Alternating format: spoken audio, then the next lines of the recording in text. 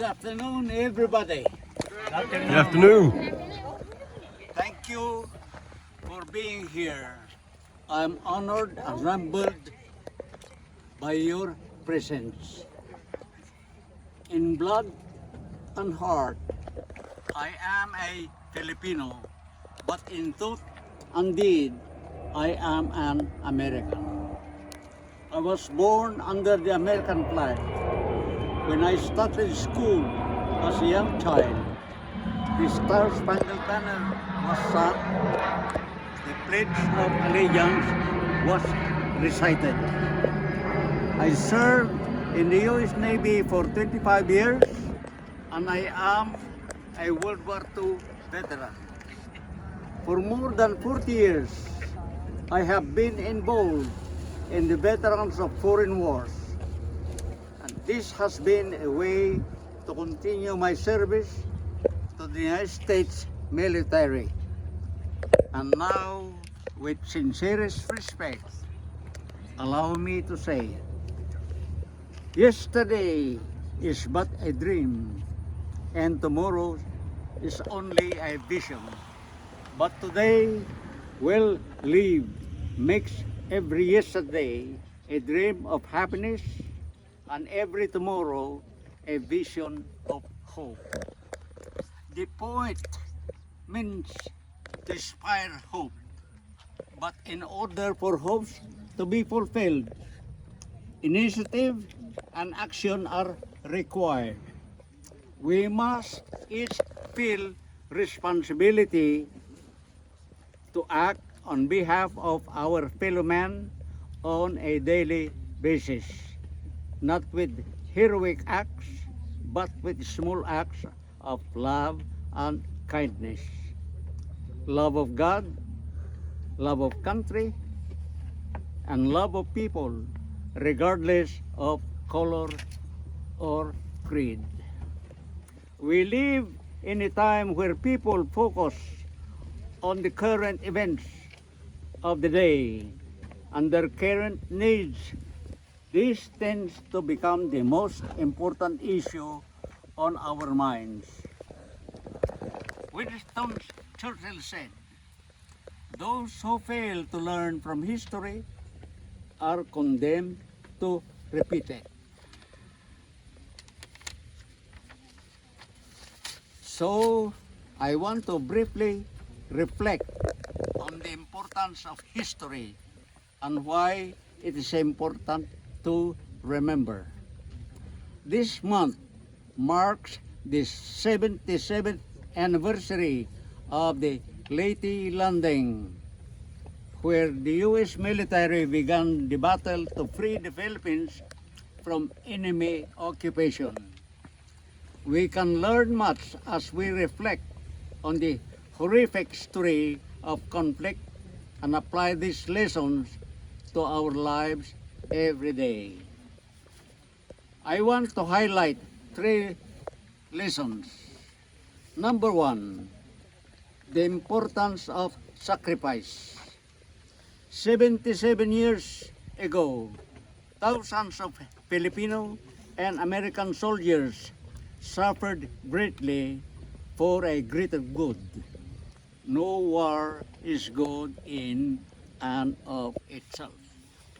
Fighting for the ideals of a country and protecting those who cannot protect themselves are essential elements of being a great nation. Those who fought for freedom were willing to lay their lives on the line, paying the ultimate cost for the freedoms of both Filipino people, the American people, and the Allied nation as a whole. The same struggle continues today. We still fight for freedom and liberty from oppression in many areas of our world. We must remember the importance of sacrifice. Our military serving across the globe strives to protect those who cannot protect themselves from oppression. For those who are currently serving on active duty in the military or have served in the past, a heartfelt thank you from myself as well as on behalf of a great nation. Let's remember the sacrifice of those who serve and those who are still serving. Number two, the importance of unity as a nation.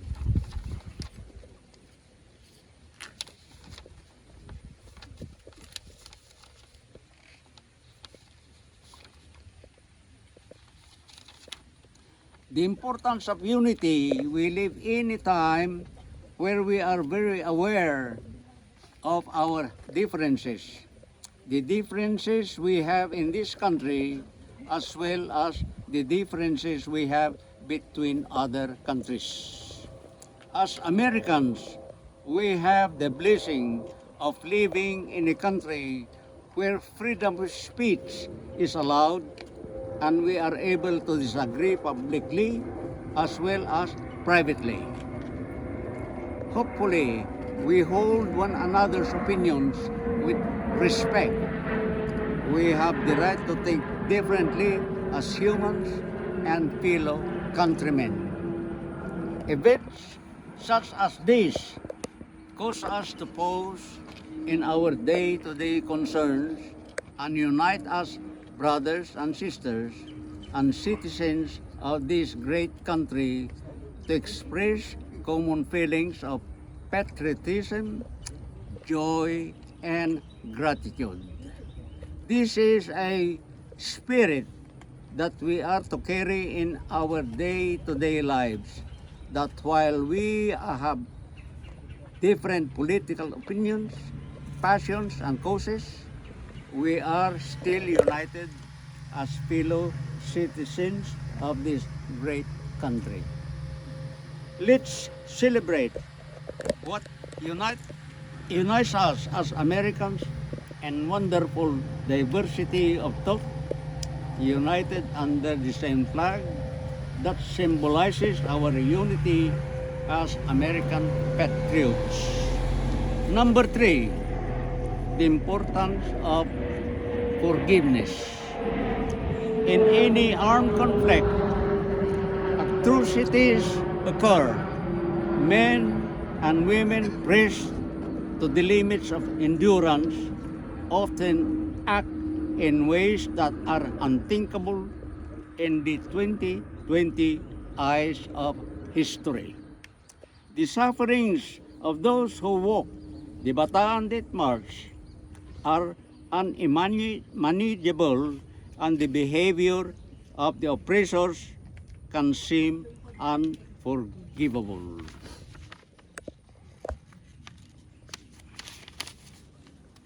However, let's recognize that more than 75 years later, we do not hold grudges against the oppressors and have collectively been able to forgive. We live in the good of that forgiveness.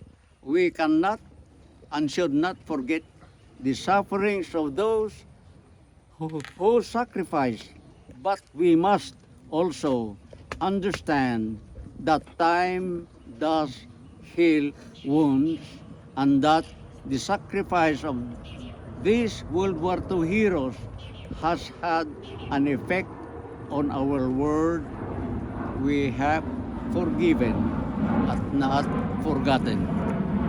Let's face it, we all walk through every day encountering those who don't treat us as we would like to be treated, who can offend us, who can be insensitive to us, who can actually do us wrong. In those moments, we have the opportunity to take revenge or overlook and forgive. Refusing to forgive is a prison we put ourselves in. Choosing to forgive brings wonderful freedom as well as new opportunities for friendship and unity. So, we are here gathered today. Let's remember the sacrifices of those who've gone before us and be willing to sacrifice ourselves. Let's remember the privilege of living in this great nation as united body of American citizens. Let's seek each day to forgive some small things and large things, doing our part to live together as united mankind. God bless us all. God bless the United States of America. Thank you. Thank you very much.